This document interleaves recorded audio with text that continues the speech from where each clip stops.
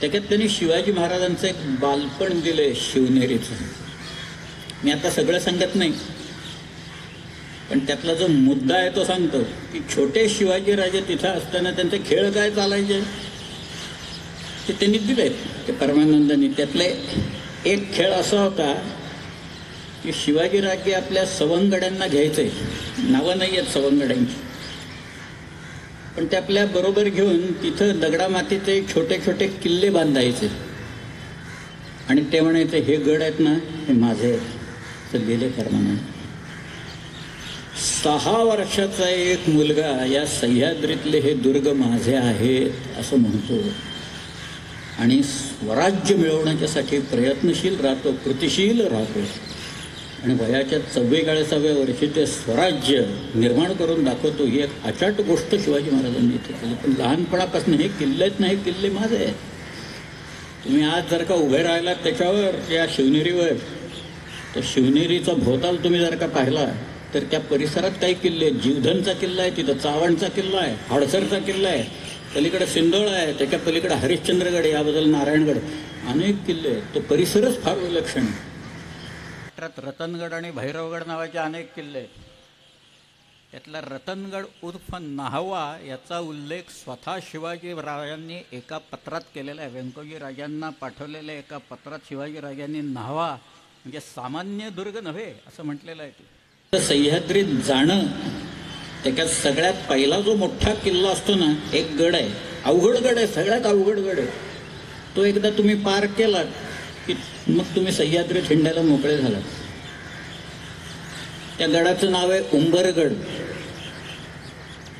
म्हणजे घराचा उंबरा आपल्या ह्याच्यात. एकदा घराचा उंबरा ओलांडला आणि मग तुम्ही निघालात, मग तुम्ही सह्याद्रीचे होऊन जाता.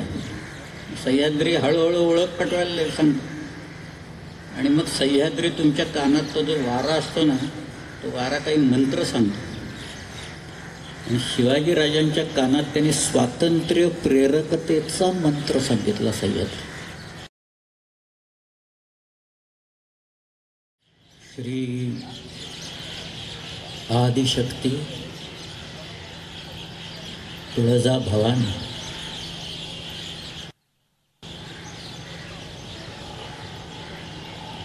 तुम्ही कधी साल्हेर त्या उत्तुंग कराल दुर्गावर एखादी रात्र काढली आहे काय? साल्हेर हा महाराष्ट्रातला सगळ्यात उंच असा दुर्ग आहे.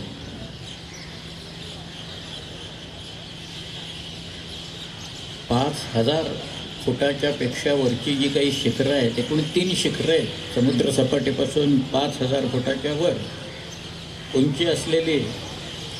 त्यातलं कळसूबाई हे सगळ्यात उंच शिखर आहे, त्याची उंची 5400 फूट आहे.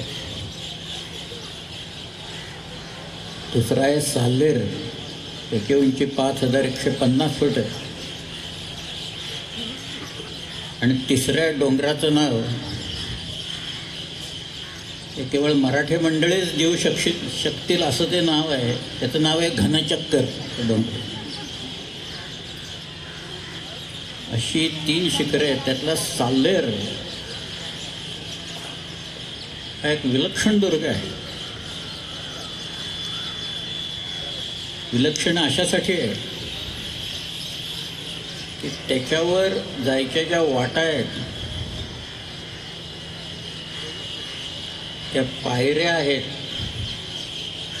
त्याला जिने आहेत, ते सगळे कातळात कोरलेले आहेत, बांधलेले नाही आहेत. महाराष्ट्रात कोरीव काम भरपूर आहे. सह्याद्रीचा अंतर्याम हा किती मृदू आहे आणि बाहेरून तो किती कठोर दिसतो याची कल्पना आपण जर का एखाद्या लेणीत गेलो तर आपल्याला येऊ शकेल. मग त्याच्यात कारलं आहे, त्याच्यात भाजं आहे, कान्हेरी आहे. जुन्नर हा भाग आहे, हा सगळा कोरून काढलेला आहे. जुन्नरच्या भोवती अनेक लेणी आहेत. किंबहुना शिवनेरी हा जो किल्ला आहे की ज्या किल्ल्यावर शिवाजी महाराजांचा जन्म झाला, परंतु शिवाजी महाराजांच्या ताब्यात हा किल्ला कधीही नव्हता, अशा शिवनेरी किल्ल्याच्या पोटात देवळं आहेत, एक लेणी आहेत आणि ती 2000 वर्षांपूर्वी कोरलेली लेणी आहे. साल्हेरला रात्र काढले की तिथला वारा तुम्हाला झोपून देत नाही. तिथनं दिसणारं जे अधांतरी झुलणारं तारांगण आहे ते तुमच्यावर वरनं खाली पडतंय की काय असं वाटायला लागतं. एरवी आपल्याला कधीही न दिसणारे अनेक लक्षावधी तारे हे आपल्याला त्यावेळेला दिसायला लागतात आणि नेहमीचे तारेसुद्धा ओळखताना पंचायत व्हायला लागते. ते साल्हेरची गंमत अशी आहे की साल्हेरला 2 पावलं कोरलेली आहेत आणि एक आख्यायिका अशी की परशुरामाने तिथून बाण मारला आणि अपरांत निर्माण केला. अपरांत म्हणजे कोकण निर्माण केलं. त्यामुळं साल्हेरचा उत्तरेकडचा एक डोंगर आहे, त्या डोंगराला एक असं छिद्र पडलेलं आहे, नेढं म्हणतात, ते नेढं आहे.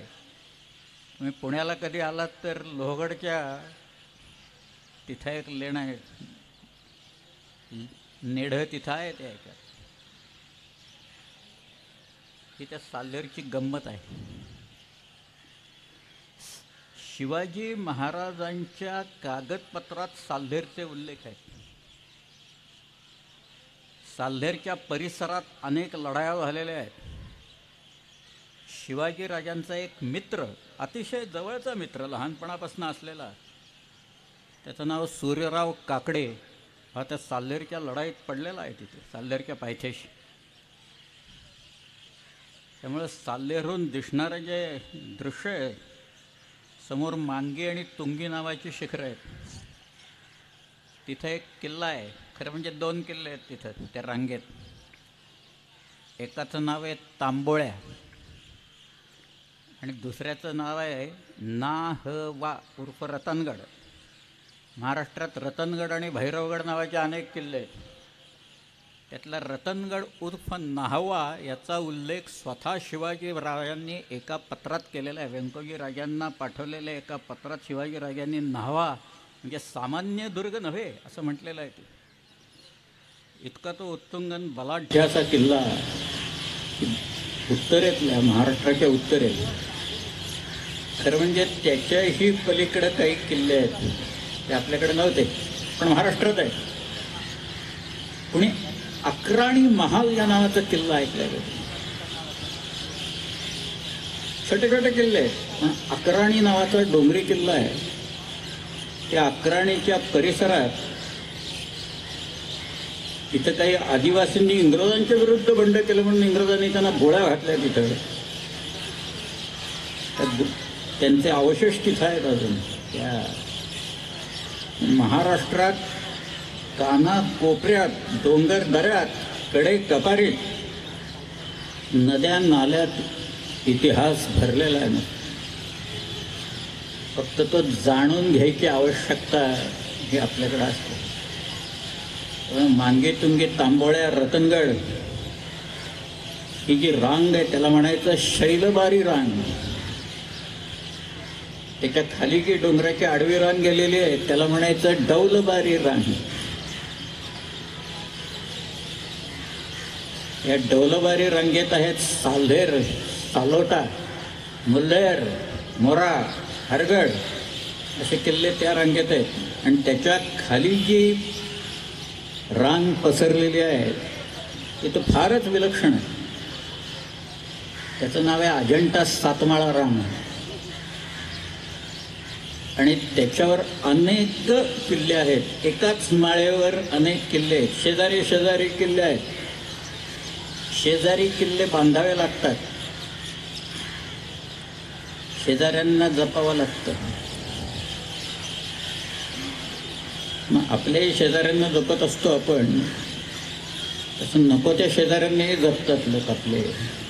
त्याची उदाहरणं आपल्याला दिसत आहेत आता. परंतु आजच्याला अहिवंत वणी आहे, मार्कंड्या म्हणून डोंगर आहे, रवळा आणि जवळा किल्ले, पलीकडं कणेरा म्हणून एक किल्ला आहे, धोडप आहे, कंचना आहे, राजधेर आहे, कोळधेर आहे, इंद्राई आहे, चांदवड आहे, पुढे गेलं तर अंकाई टंकाई आहे, तलतम आहे, वेताळवाडीचा किल्ला आहे, ओळीनं किल्ले आहेत सर. तुम्ही शेजारचा डोंगर फोर्टिफाय केला नाही तर आपला डोंगर व्हल्नरेबल होतो किल्ला, हे शिवाजीराजांना उमगलेलं होतं. एखादा माणूस दुर्ग बांधणीच्या कलेत किती पारंगत असेल याचं उत्तर शिवाजी महाराजांचं नाव काढून इंग्रजांनी दिलेलं आहे, फ्रेंचांनी दिलेलं आहे. He has mastered the art of फॉर्टिफिकेशन असं त्यांनी म्हटलेलं आहे. त्यामुळे सह्याद्रीचा उपयोग हा शिवाजीराजांनी कसा करून घेतला हीच तर सगळी कहाणी येते. तो काही त्यांनी सुरुवात केली नाही. ही जी वॉरफेअर आहे या वॉरफेअरची सुरुवात आधीच झालेली आहे. ती वॉरफेअर शहाजीराजांनी वापरलेली आहे. दक्षिणेत असलेला निजामशाहीचा वजीर मलिक अंबर यांनी ती वापरलेली आहे. किंबहुना मलिक अंबर हा एक फार मोठा माणूस होऊन गेला. माझ्याकडे एक फ्रेंच बाई आली होती, नावही सांगतो तिचं नाव एलायना द लातू. ती म्हणाली मला मलिक अंबरवर पिक्चर काढायचा आहे. म्हटलं एकदम हा मलिक अंबर हापशी माणूस आहे सिद्धी, तुला एकदम हा कुठं मिळाला, मलिक अंबर कुठं मिळाला?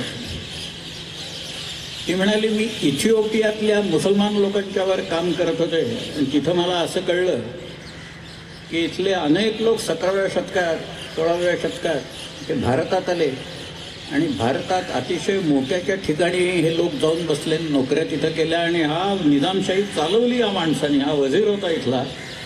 मला त्याच्यावर पिक्चर काढायचा आहे पण माझ्याकडे मटेरियल नाही आहे काही. तिला एक मी पुस्तक दिलं, झेरॉक्स कॉपी दिली, तिला काही मिळत नव्हतं नाही. ते पुस्तक दिल्याच्यानंतर तिथे रोज फोन आणि सारखे मेसेजेस यायला लागले, कारण त्याच्यात तारखा होत्या त्या हिजरीमधल्या होत्या. त्या तिला इसवी सणात कन्वर्ट करून पाहिजे होते. म्हटलं अगं ते जर का सगळं द्यायचं म्हटलं तर माझा किती वेळ जाईल त्या सगळ्याच्यात. ती म्हणाली मला फॉर्म्युला द्या. म्हटलं नाही ना, फॉर्म्युला असं देत आहेत, कॅल्क्युलेटच करावं लागतं, त्याच्या जंत्र्या काही नाही आहेत. शेवटी तिनं तो नाच सोडला त्या मलिक अंबरचा. पण नंतर मला पॅरिसहून एक फोन आला आणि त्यांनी सांगितलं, त्या डॉक्टर होते एक नगरचे, ते म्हणाले अहो एका फ्रेंच पुस्तकात मी तुमचं नाव पाहिलं. म्हटलं चांगलंच लिहिलं ना, तिथं आणखीन काहीतरी शिवाय घातलं. म्हटलं नाही नाही म्हणाले, मलिक अंबरवर पुस्तक आहे त्याच्यात. म्हणाले बरंच तुमचं नाव आहे. माझं नाव मलिक अंबरच्या पुस्तकात यायचं काय कारण आहे? तर त्या एलियाना द लातूंनी ती एक कादंबरी लिहिली होती, त्याच्यात निनाद म्हणून एक पात्र टाकलं होतं. मी म्हटलं तू अगं मला विचारलं असतं तर सांगितलं असते, नाव फार आधुनिक आहे. 17व्या शतकात निनाद वगैरे अशी काही नावं नव्हती कोणाची. जनार्दन, गोविंद, विष्णू वगैरे चाललं असतं कोणाला तर. पण एका फ्रेंच बाईला इथं येऊन मलिक अंबरवर एक पिक्चर काढावा असं वाटलं. आणि का वाटलं? एका जपानी माणसाला, त्याचं नाव आहे डॉक्टर फुकाजावा, त्याला शिवाजी महाराजांच्यावर आपण संशोधन करावं असं वाटायला लागलं. म्हणून तो मराठी शिकला. एक जपानी माणूस इथं येऊन मराठी शिकतोय कारण त्याला शिवाजी महाराज वाचायचे होते. एक ताकाखोव म्हणून होता, त्या ताकाखोवनी सुद्धा शिवाजी महाराजांच्यावर चरित्र लिहिलेलं. केळुसकर ताकाखोव वगैरे करायचे. शिवाजी महाराज जिवंत असताना सुद्धा एका माणसाने लिहिलं, अर्थात ते प्रसिद्ध नंतर झालं. परंतु एका पोर्चुगीज माणसाने, कोस्मित गार नावाच्या एका माणसाने शिवाजी महाराजांच्यावर पोर्चुगीजमधनं चरित्र लिहिलं. त्यांच्यावर लिहिलेलं चरित्र आहे सगळं अख्खं. ह्या लोकांना नाना देशाचे, वेशाचे, धर्माचे असे हे लोक आहेत आणि त्यांना ही प्रेरणा व्हावी की शिवाजी महाराजांच्यावर आपण इथं लिहावं. त्याचं कारण असं आहे की गोव्याचे जे पोर्चुगीज होते किंवा सुरतेचे इंग्रज होते, तिथे डच होते, वेंगुर्ल्याला डच होते, राजापूरला फ्रेंच होते, इंग्रज होते. ईस्टर्न कोस्टवर तर डॅनिश लोक होते, डिंगमार लोक होते तिथं. या सगळ्या लोकांनी शिवाजी महाराजांच्या बद्दल त्याच वेळेला काही ना काहीतरी लिहून ठेवलेलं आहे. विशेषतः वॉरफेअर्स आत्ताच्या ज्या आहेत त्यातल्या गेरिला वॉरफेअरचं एक गेरिला वॉरफेअरबद्दल शिवाजी महाराज त्यांचं नाव या लोकांनी तिथं दिलं. उदाहरण म्हणून मी एक गोष्ट सांगतो की सह्याद्रीचा उपयोग कसा करून घेतला शिवाजी महाराजांनी, ही काही पद्धत तिथं रुजवली त्यांनी. त्याचे जनक कोण असतील आपल्याला कल्पना नाही, परंतु सह्याद्री सोडून ते फारसे कुठे लांब गेले, डोंगर सोडून गेले नाहीत बघा. फार आग्र्याला आपले भेटायला गेले होते, पण जसं एखादं वासरू गाईला सोडून जात नाही, आईला सोडून जात नाही, तद्वत शिवाजी राजे या त्या सगळ्या डोंगराच्या आसपास राहिले सगळे. व्हिएतनाम हा एक छोटा देश आहे आणि व्हिएतनाम एक अमेरिकेशी प्रदीर्घ लढाई खेळला. एक छोटा देश अमेरिकेच्या सारख्या बलाढ्य देशाची एक प्रदीर्घ अशी लढाई त्यांनी केली. किती अमेरिकन सोल्जर्स मारले गेले असतील. अमेरिकेने सर्व प्रयोग केले, त्यांची जे काही प्रयोगशाळा होती शस्त्रास्त्रांची, अगदी केमिकल नेपाम बॉम्ब्सपासून त्यांनी सगळं वापरलं. हे लोक काही बदलले नाहीत कोणी मात्र. त्यांचा जो मुख्य होता हो ची मिन, या हो ची मिन एकदा दिल्लीत आला आणि दिल्लीत त्याला प्लॅनिंग कमिशनचं काम बघायचं होतं. त्याला मोहन धारिया दिलेले होते, बरोबर. मोहन धारियानं पाठवलं, तुम्ही सांगा. तर मोहन धारियाने ते प्लॅनिंग कमिशनचं काम दाखवल्यावर मग तो म्हणाला, आमच्याकडे गायी जगत नाहीत, पाणी पाऊस सारखा असतो, आम्ही तुमच्याकडनं एक 100 म्हशी विकत घेतो. आपल्या लोकांनी त्याला एक 500 म्हशी बक्षीस दिल्या, तिकडे घेऊन गेला. असं चाललेलं असताना त्यांनी मोहन धारियांना विचारलं की भारत एवढा मोठा देश आहे, तुम्ही भारताच्या कुठल्या कानाकोपऱ्यातनं आलात? मोहन धारिया म्हणाले, आमच्याकडे शिवाजी महाराज होऊन गेले. त्यांचा राज्याभिषेक ज्या दुर्गावर झाला त्या रायगड किल्ल्याच्या जवळ असलेल्या नातं या नावाच्या गावातनं मी आलेलो आहे. तेव्हा हो ची मिन त्यांना असं म्हणाला की अमेरिकेशी आम्ही ही प्रदीर्घ लढाई दिली, त्यावेळेला जगातल्या उत्तमोत्तम जनरल्सच्या स्ट्रॅटेजीज आणि टॅक्टिक्सचा आम्ही अभ्यास केलेला होता आणि आम्ही त्यावेळेला शिवाजी महाराजांच्या गेरिला वॉरफेअरचा अभ्यास केलेला. आम्हाला शिवाजी महाराज माहिती आहेत. आश्चर्य आहे. पण शिवाजी राजांनी ही जी पद्धत रुजवली हिच्यात, त्याचं बाळकडू ते लहानपणापासूनच त्यांना मिळालेलं आहे. एक ग्रंथ आहे, संस्कृतमधला ग्रंथ आहे तो.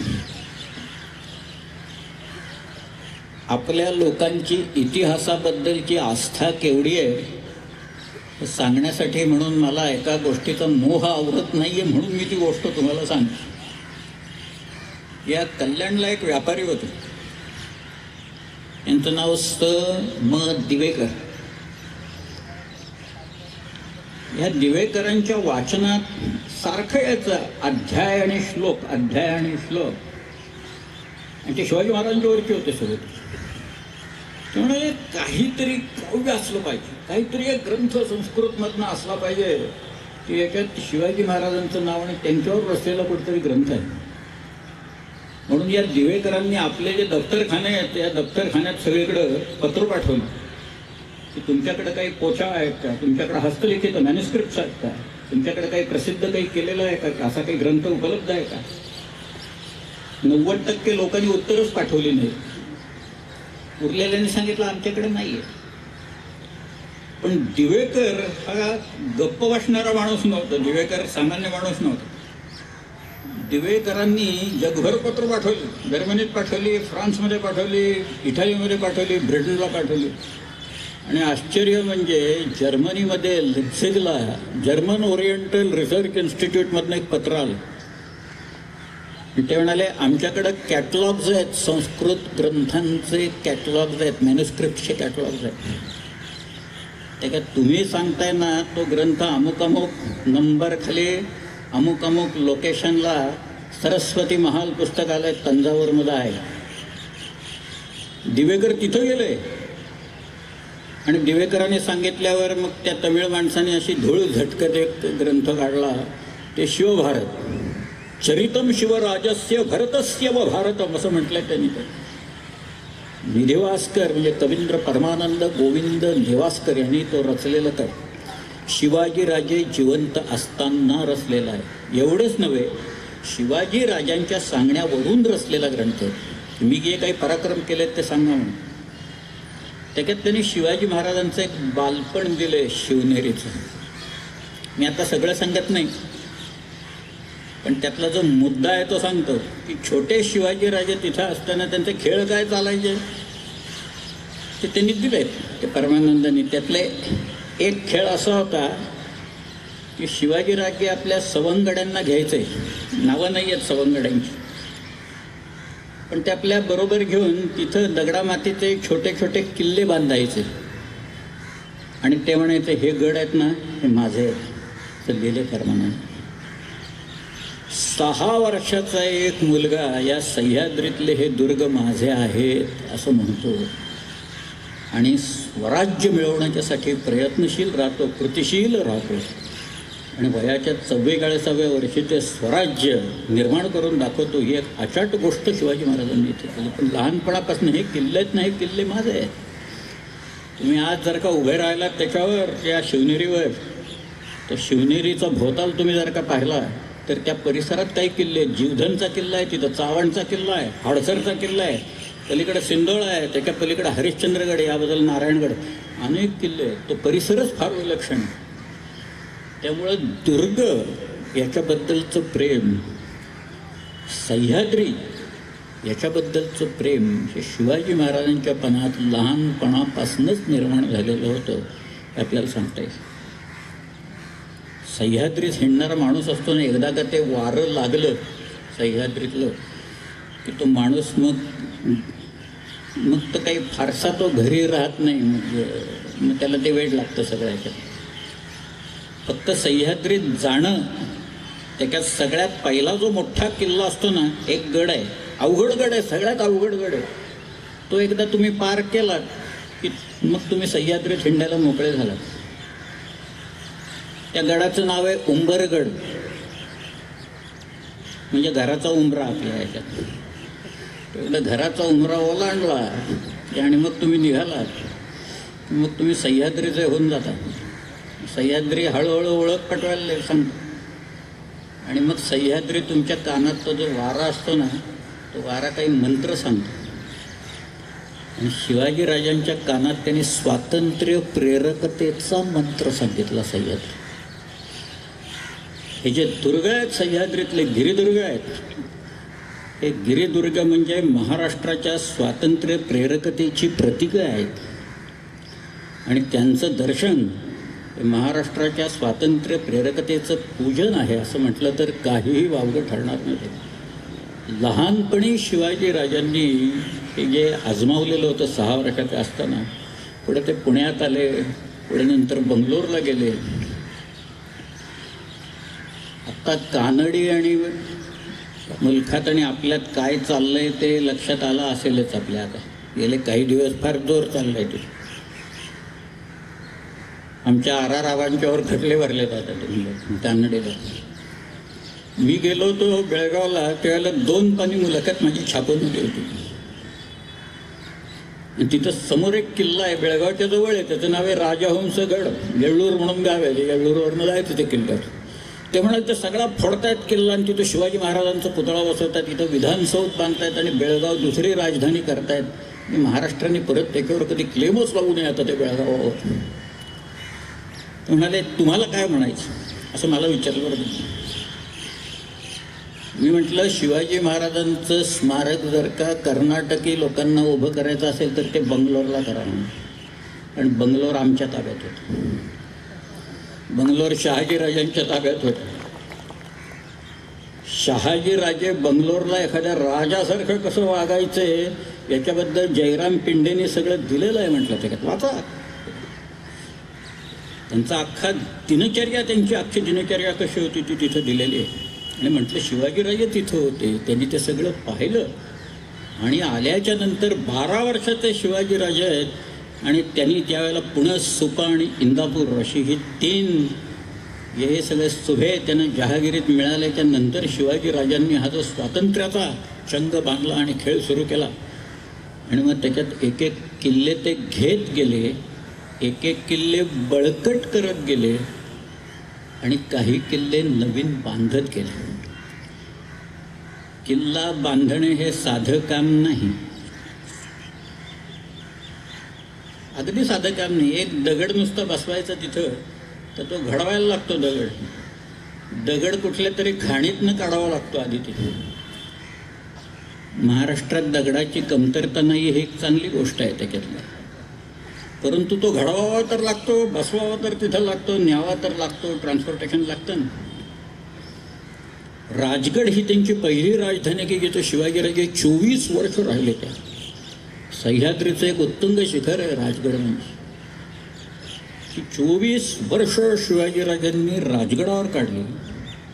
तर राजगडाच्या 3 माच्या, सुवेळा, संजीवनी आणि पद्मावती, आणि त्याचा तो बालेकिल्ला हे अतर्क्य आहे. त्याचं वर्णन करणं शक्य नाही आहे त्या सगळ्याचं. तिथं जाऊन अनुभवच घेतला पाहिजे त्या सगळ्या. पण मी एक साधा हिशोब केला.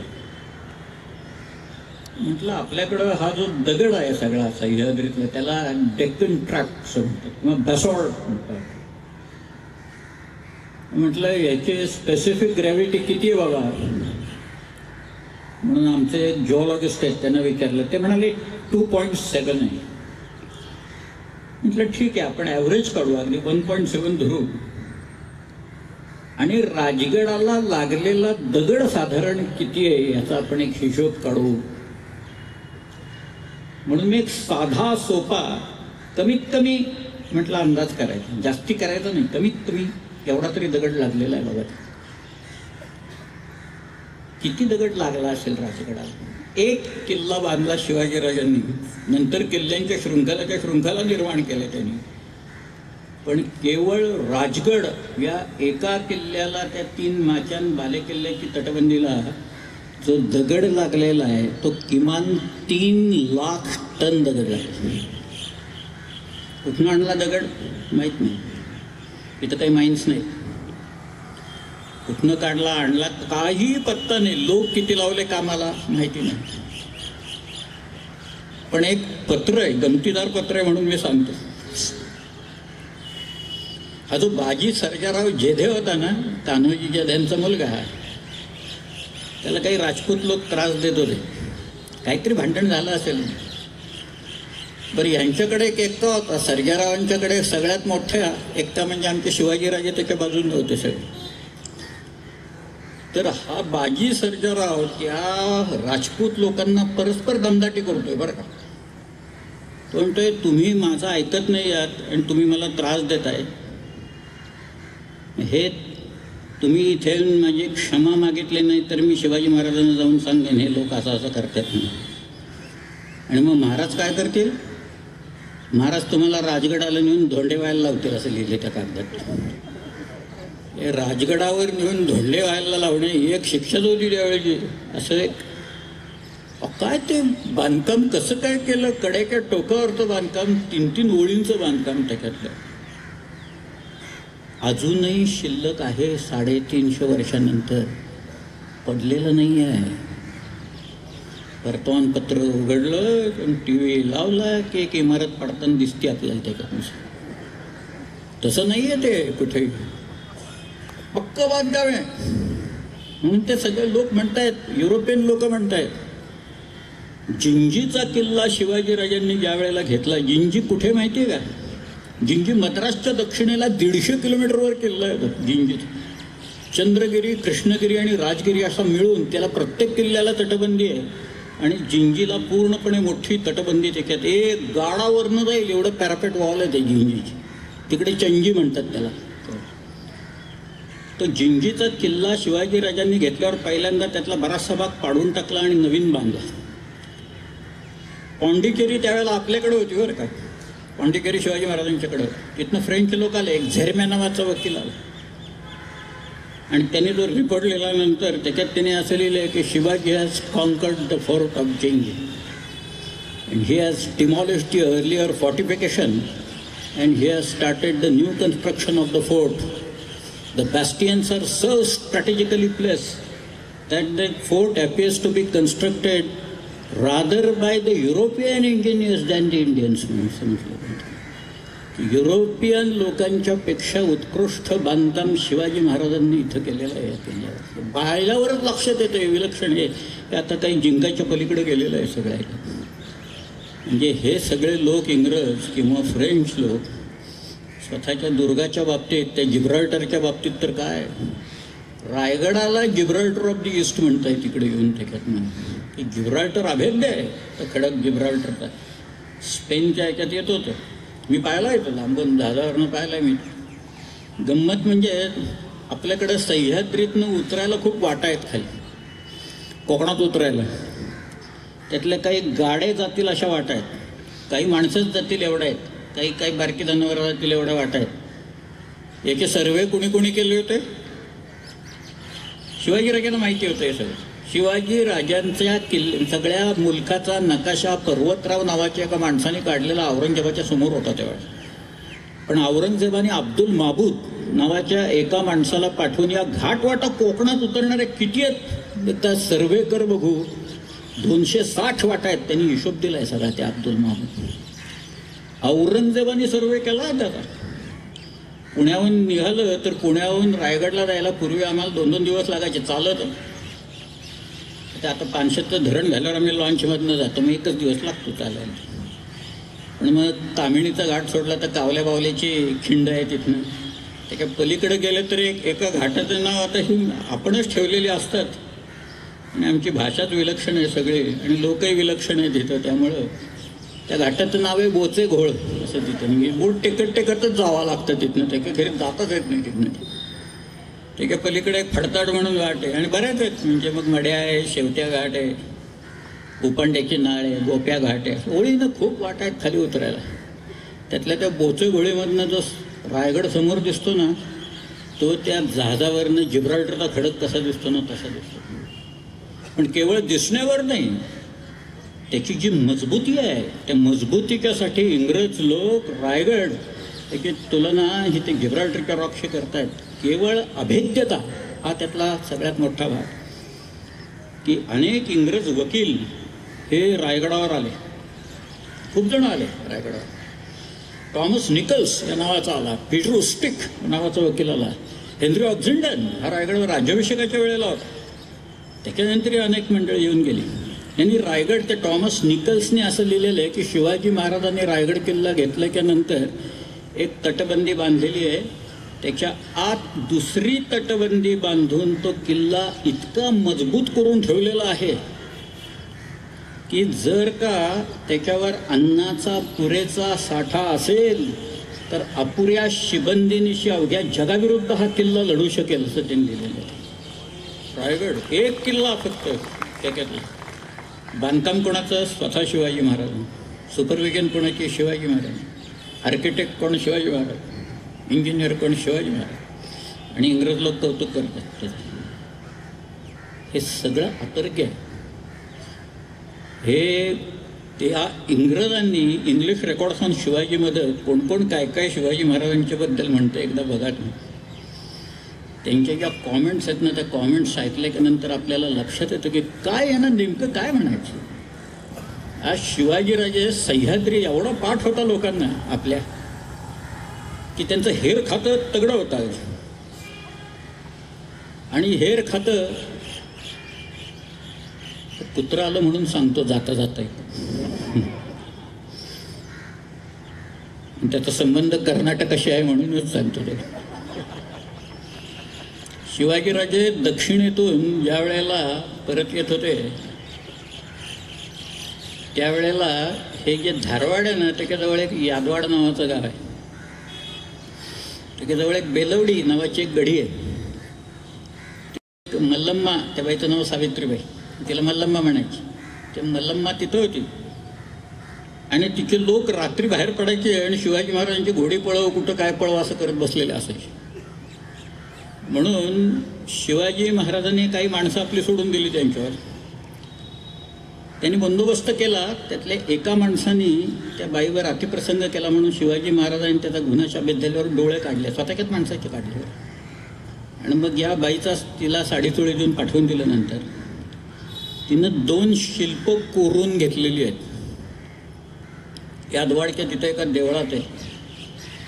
त्यातल्या एका शिल्पात शिवाजीराजे बसलेत आणि त्यांच्या मांडीवर ते आपला मुलगा ठेवते असं एक चित्र आहे त्याच्यात. आणि दुसरं जे शिल्प आहे त्याच्यात शिवाजीराजे घोड्यावर बसलेले आहेत, ढाल आणि तलवार आहे त्यांच्या हातात. आणि तिथं खाली एक कुत्रं काढलेलं आहे त्याच्यात. मग ते कुत्र्याचं सांगायचं होतं म्हणून मी मुद्दामून सांगितलं. एक कुत्रं आहे ते काय आता ते कुणाचं आहे वगैरे काही कल्पना नाही, पण त्या शिल्पात शिवाजी महाराजांचे कुत्रे त्या बाईंनी काढलेले आहेत. हा जो म्हणून सह्याद्रीचा उपयोग, तुम्ही आज सह्याद्रीमध्ये आपण ज्यावेळेला, खरं म्हणजे कुठल्याही मराठी माणसाला सह्याद्रीच्या बद्दल वेगळं काही सांगायला नको, पण त्याच्या ज्या गमती आहेत ना, ती गंमत त्यातली एक अशी आहे. संभाजी राजांनी बुधभूषण या नावाचा जो ग्रंथ लिहिला आहे त्याचा जो उपोद्घात आहे, त्या उपोद्घातात संभाजीराजे असं म्हणतात की हा सह्य पर्वत कसा आहे, तर शत्रूला असह्य होणारा हा सह्य पर्वत आहे. बरं, आम्हाला सह्य आहे सगळं इथे जे काय आहे ते, पण तो शत्रूला मात्र असह्य होतो. आणि खरंच तसं आहे. इथे जे कोण आले त्या लोकांची या सह्याद्रीनं वाट लावली पाहिजे. तुम्ही वाचला असेल, उदाहरण म्हणून मी सांगतो. एक महमूद गावान या नावाचा एक फार मोठा माणूस या बहमनी कारकिर्दीत होऊन गेला.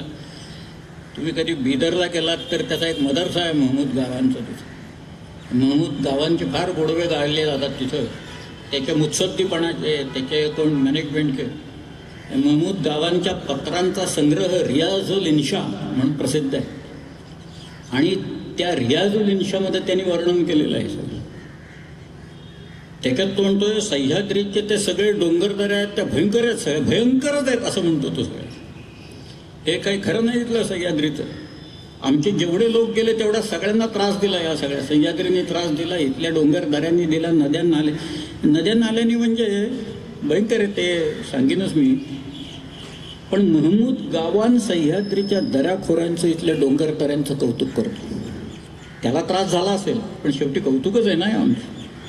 शिवाजी महाराजांच्या पत्रात शिवाजी महाराज म्हणतायत, औरंगजेबाच्या अधिकाऱ्यांना त्यांनी पाठवलेलं पत्र आहे. त्या पत्रात ते म्हणतायत की माझा मुलूक हा असा आहे, डोंगर दऱ्याने भरलेला आहे, इथे 40 किल्ले आहेत, इथं आमच्या नद्या नाल्या आहेत सगळ्या, सह्याद्री आहे, सह्याद्रीत 40 किल्ले माझे आज आहेत. तिथं अफजल खान आला त्याची अवस्था मी काय केली तुम्हाला माहिती, इथं शाहिस्ते खान आला त्याची अवस्था काय केली माहिती. तुम्ही तो जिंकायची भाषा करता. आमच्या सह्याद्रीत कल्पनेचा वारू चालवणं देखील अवघड आहे. समंदे तलाश बेकयास म्हटले, इथं कल्पना करणंच अवघड आहे सह्याद्री घेणं. स्वतः शिवाजी महाराजांनी पर्शन पत्र लिहिलेलं आहे नीलप्रभूचं, त्या पत्रातले उल्लेख आहेत. स्वतः शिवाजीराजे सह्याद्रीबद्दल काय म्हणतायत त्याच्यातलं की हे सगळं जे वैभव आहे आमचं हे केवळ त्या सह्याद्रीच्यामुळे आहे, तिथल्या रांगांच्यामुळे, तिथल्या या विलक्षण दुर्गांच्यामुळं हे सगळं वैभव आम्हाला प्राप्त झालेलं आहे. सर संभाजीराजे तेच म्हणत आहेत, दुर्ग जे काही आहेत दुर्ग काही सामान्य प्रकार नाही. आणि गिरिदुर्ग वरती किल्ले बांधणे फार अवघड हो. आधी किल्ल्यावर जाणंच अवघड आहे आणि मग दुर्ग बांधायच्या. शिवाजी राजांच्या ताब्यात किती दुर्ग होते की मोजदात काही कोणी केलेली नाही, म्हणजे त्याच्यात काही आहे ऑफिशियल अशी काही नाही, बखरीत नाहीत उल्लेख. पण शिवाजीराजे आग्र्याला गेले ना त्यावेळेला त्यांच्याकडे 16 किंवा 17 किल्ले असतील. या मिर्झाराजाशी तह झाला त्यावेळेला दिलेले काहीतरी 12 किल्ले त्यांनी, आणि स्वतः शिवाजीराजांनी बांधलेले सिंधुदुर्ग, प्रतापगड वगैरे असे धरले तर 15-16 किल्ले असतील. शिवाजीराजे आग्र्याहून परत आले ह्याच्याबद्दल सुद्धा वाद आहेत बरं का आपल्याकडं. काही लोक म्हणतात 12 सप्टेंबरला आले, काही लोक म्हणतात 20 नोव्हेंबरला आले. वाद जाऊ देत. पण स्वराज्य काय करत होतं त्यावेळेला, स्वराज्याची वृद्धी होत होती का स्वराज्य खंगत चाललेलं होतं. एक बाई बसली होती, मुलाची वाट बघत बसली आहे. त्या बाईचं वय किमान 62 वर्षाचं असेल, त्या 62 असेल जिजाऊ साहेबांचं वय. जिजाऊ साहेब आणि शहाजीराजांना एकूण 6 मुलं झाली. त्यातला सगळ्यात थोरला मुलगा संभाजी जगला, मधली 4 मुलं वारली, सगळ्यात शेवटचे शिवाजी महाराज झाले. तर हा मुलगा औरंगजेबाच्याकडे गेला, जगतोय का मरतोय अशी परिस्थितीत. कारण औरंगजेबाने कुणालाच ठेवलं नाही, बापालाही मारला, भावाला मारलं, बहिणीला कैदेत टाकलं होतं, मुलाला मारलं त्यांनी स्वतःच्या, मुहम्मद सुलतान या नावाच्या का मुलाला त्यांनी मारलं. अशा औरंगजेबाच्या ताब्यात शिवाजीराजे गेलेले असताना ही बाई रडत बसलेली नाही आहे की काय करायचं आता, माझा मुलगा एक शेवटचा होता. नाही, शिवाजीराजे सुटले किती तारखेला? 17 ऑगस्ट 1666 सुटले आग्र्याहून, निसटले. त्याच्या आधी 2च दिवस 15 ऑगस्टला जिजाऊ साहेबांनी रांगणा उर्फ प्रसिद्धगड हा किल्ला जिंकून स्वराज्यात आणला. स्वराज्य वाढलं, स्वराज्य वृद्धिंगत झालेलं आहे, वाढलेलं आहे. हे जे किल्ले आहेत ना इथले, त्याला औरंगजेब शिवाजी महाराजांना म्हणतोय की तुम्ही चिठ्ठी द्या, पत्र द्या, मी आम्ही उरलेले किल्ले ताब्यात घेतो. शिवाजी राजांनी औरंगजेबाला सांगितलं, मी स्वतः जरी चिठ्ठी दिली तरी माझे लोक तुला किल्ला देणार नाही.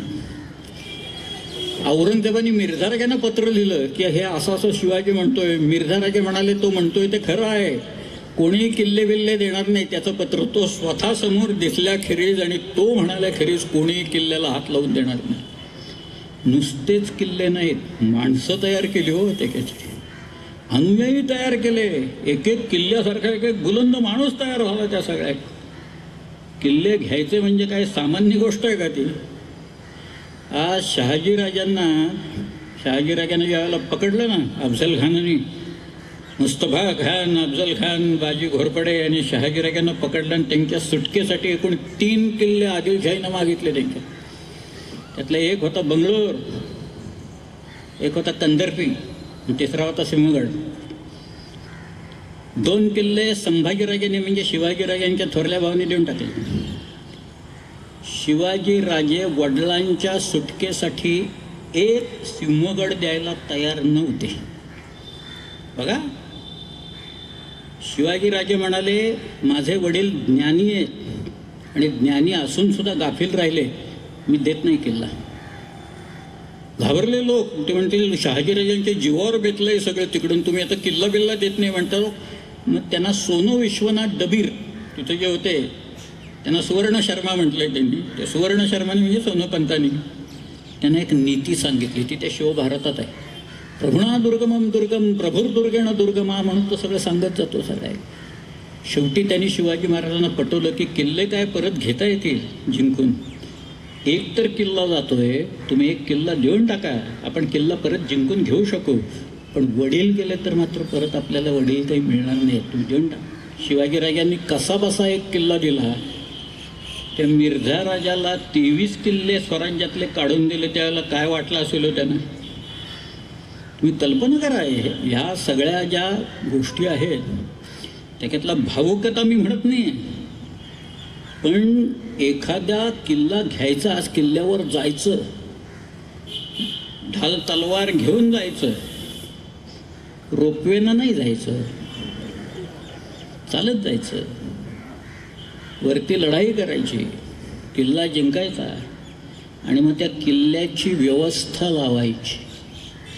याला फोर्ट मॅनेजमेंट असं म्हटलेलं आहे. ही नीती आहे शिवाजी महाराजांची. तुम्ही आज्ञापत्र काढून बघा. आज्ञापत्र म्हणजे शिवाजी महाराजांचा जो अमात्य आहे, रामचंद्रपंत अमात्य, अहो याने किती छत्रपती पाहिले रामचंद्रपंतांनी? 5 पाहिले. रामचंद्रपंत अमात्यांनी कोल्हापूरच्या संभाजीराजांना एक नीती सांगितली. कारण संभाजीराजे त्यांना असं म्हणाले की आमच्या शिवाजीराजांनी, थोरल्या कैलासवासी स्वामींनी हे गडावरूनच निर्माण केलं, नूतन सृष्टीच निर्माण केली. ती कशी केली आणि काय केलं त्यांनी आम्हाला सांगा सगळं. त्याच्यात एक दुर्गांवर प्रकरण आहे. शिवाजीराजांनी केलं तो असं म्हणतोय, मी आता सगळं सांगत नाही, पण आपल्या बुद्धिवैभवे व पराक्रमे कोणाची गणना न करता कोणाची तुंबळ युद्ध करून रणा हाणिले, कोणाचे दर्शनास गेले, कोणास आपले दर्शनास आणले, कोणास परस्पर मित्रभेद केले, कोणास परस्पर कलह लावून दिले, असे ज्या ज्या उपाये जो जो शत्रू आकळावा त्या त्या उपाये तो तो शत्रू पादाक्रांत करून साल्हेरी ऐवंतापासून चंदी कावेरी तीरापर्यंत निष्कंटक राज्य, शतावधी दुर्ग, 40,000 पागा, 60-70,000 शिलेदार, 2 लक्ष पदाती, ऐशी केवळ नूतन सृष्टीच निर्माण केली की ज्या राज्यावरी औरंगजेबासारखा मातब्बर शत्रू चालून आला असता हतप्रभवून यमाला या श्रेयास गेला, ते हे राज्य शिवाजी महाराज. हे सामान्य राज्य नाही आहे. एवढं सगळं करावं लागतं, उद्योग करावे लागतात, उद्योगशील असावं लागतं. परस्पर कलह लावून दिले म्हटले बघा त्याच्यात. कोणाचे मित्रभेद केले म्हणजे हा त्याचा मित्र आहे ना थोडा. आमचे लोक फक्त तेवढंच शिकले, बांधायला काही शिकलेच नाहीत किल्ले बिल्ले वगैरे सगळे. त्याचे मित्रभेद करायचे वगैरे म्हटलं ते छान आहे म्हणाले, आम्हाला तेवढंच करू आम्ही. आता नूतन सृष्टी कुठे गेली मग शिवाजी राजांनी निर्माण केली? ही नाही करता आली लोकांना इथं निर्माण. पण हे जे केलं त्याच्यात दुर्गांचं एक प्रकरण आहे, दुर्गवर्ग. त्याच्यात तो रामचंद्रपंत असं म्हणतो, आणि तो फार भारी आहे माणूस. तो त्या सगळ्यात तो जो काय त्याचं चॅप्टर आहे त्यातलं सगळं सार एका वाक्यात सांगून जातो सुरुवातीला. त्याच्यात तो असं म्हणतोय, संपूर्ण राज्याचे सार ते दुर्ग. दुर्ग नसता परचक्रे येतात, प्रजा भग्न होऊन देश उद्ध्वस्त होतो. आणि यापूर्वी जे राजे झाले त्याने दुर्ग बांधून देश शाश्वत करून घेतला. दुर्ग म्हणजे खजिना, दुर्ग म्हणजे सैन्याचं बळ, दुर्ग म्हणजे सैन्याचं मूळ, दुर्ग म्हणजे राज्यलक्ष्मी, दुर्ग म्हणजे सुखनिद्रागार, दुर्ग म्हणजे प्राण संरक्षण असं म्हटलंय. तो असं म्हणतोय की इथे जे ठेवायचे लोक आहेत किल्ल्यांवर, मग ते काही जावईन मेहुणे वगैरे असल्याने आणून ठेवायचे कोणी तिथे. ते पारखून घ्यावे लागतात. किल्ल्यांवरचे लोक असतात ते कैफी लोक नकोत, नशेखोर लोक नकोत. पारखून घ्या. हवालदार लागतो तिथं, सबनीस लागतो, सरनोबत लागतो, कारखानीस लागतो, एरवी सगळी शिबंदी लागते त्या किल्ल्याचा बंदोबस्त करायला. आणि हे सगळे उत्तम लोक पाहिजेत. शिवाजी राजे जिवंत असताना एकही किल्ला शत्रूच्या ताब्यात त्यांच्या एकाही माणसाने कधी दिला नाही. त्याचं कारण असं आहे, त्या आज्ञापत्रात लिहिले की जर काय एखादा हवालदार किल्लेदार फितूर आहे असा संशय जरी आला, संशय, त्याला कुटुंब कबिल्यासकट पकडून आणायचा आणि त्याचा गुन्हा साबित झाला तर त्याचं मुंडकं मारायचं आणि ते गडोगडी फिरवायचं. परत असा गुन्हा करायला कोणी तयार होणार नाही, कोणीही केला नाही. एकही उदाहरण नाही. ते कसं करणार हो, मुंडकं आपलं फिरतंय सगळीकडं, लोकांना कसं काय आवडेल त्या सगळ्यात? एकाही माणसाने केला नाही. पण हे जे लागतंय, मी सांगत होतो की जिजाऊ साहेबांनी एक किल्ला जिंकून घेतला. 17 किल्ले होते, 18 किल्ले झाले होते. महाराज परत आले की नंतर राजांना आनंद झाला, रे आपल्या अनुपस्थित स्वराज्य वाढलं. आईनं मला जे शिकवलं ते स्वतः तिनं करून दाखवलंय, ते माझ्या आईनं करून दाखवलंय. ते सगळ्या जिजाऊ साहेब स्वस्थ बसलेले नाही आहेत. ही परिस्थिती 3.5 वर्ष पुढची, 3.5 वर्ष. 4 फेब्रुवारी 1670 नंतर शिवाजी राजांनी हे गेलेले किल्ले परत घ्यायला सुरुवात केली. आणि पुढच्या 8च वर्षात शिवाजी महाराजांच्याकडे किती किल्ले असतील अशी आपली कल्पना आहे. हे 17 आणि 18 किल्ले होते. ते 70 ते 78 पर्यंत शिवाजी महाराजांच्या ताब्यात साल्हेरपासून जिंजीपर्यंत 260 किल्ले होते.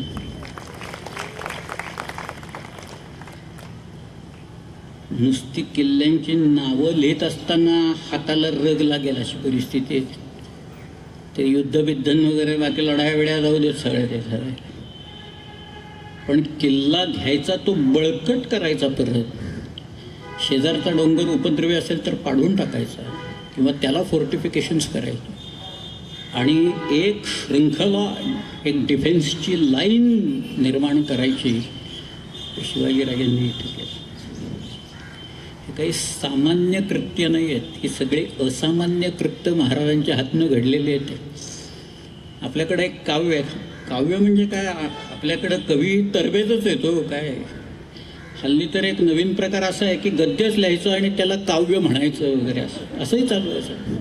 कारण त्यांना यमक बिमक जुळवता येणंच अशक्य मुळात. पण एक महाराष्ट्र कवी होते आणि त्यांनी एक खंडकाव्य लिहिलं शिवाजी महाराजांच्यावर, खूप मोठं, छत्रपती शिवराय म्हणून एक काव्य खूप मोठं आहे, तो चांगलं लिहिलं आहे ते. त्यांचं नाव यशवंत दिनकर पेंढरकर किंवा कवी यशवंत, राजकवी यशवंत. त्याने एक अशी कल्पना मांडली की एक बाहेरचा कोणीतरी पांथस्थ इथं आलेला आहे, म्हणजे महाराष्ट्राबाहेरचा आहे, आणि तो एका शिखरावर उभा आहे, कुठल्या तरी अशा सह्याद्री मंडळाच्या या एका शिखरावर उभा आहे. आणि तो म्हणतोय, डोंगरानो का उभे, सांगाल का काही मला, 300 वर्षांचे जो मागला तो मामला. कुणी फिरस्ता हिंडतावनी वदला ऐशी आर्जव वाणी, ऐकून त्याची आर्त भावना आली येथल्या जडा चेतना. मला विचारा मीच सांगतो आधी या माझ्याकडे, सरसावत एक एक पुढे हात उभारून घुमू लागले डोंगर किल्ले बुरुजकडे. आणि मग ते आपली कथा व्यथा हे त्या पांथस्थाला सांगतायत, तो त्याच्यात गुंगून चाललाय. तो पुरंदर म्हणतोय माझ्याकडे या, विशाळगड म्हणतोय या इथं, बाजीप्रभूची कथा मी तुम्हाला, अशी ती कल्पना करून त्यांनी फार सुंदर काव्य रचलेलं. अमीन ठाणे दार शिरवळी सुभान मंगळ कोटात, निपटून द्या ते निमिषात, फत्तेखाना दिला तडाखा पुरंदराच्या परिघात. असं त्यांनी ती गजापूरचे खिंड बाजीच्या रुधिरे स्नात, तिचं पावन खिंड म्हणून इतिहास करी प्रणिपात वगैरे. आता हे काव्य सोडून देऊ, इतिहास त्यातला बाजूला ठेवू आपण, पण स्फुरण, चेतना आणि प्रेरणा या शिवचरित्रात किती आहे. आणि शिवाजी महाराजांना हा जो स्वातंत्र्याचा मंत्र आहे ना, हा त्या सह्याद्रीनं शिकवलेला मंत्र सगळ्या, तो जो वारा आहे. म्हणून आज सह्याद्रीवर आपण का जातो.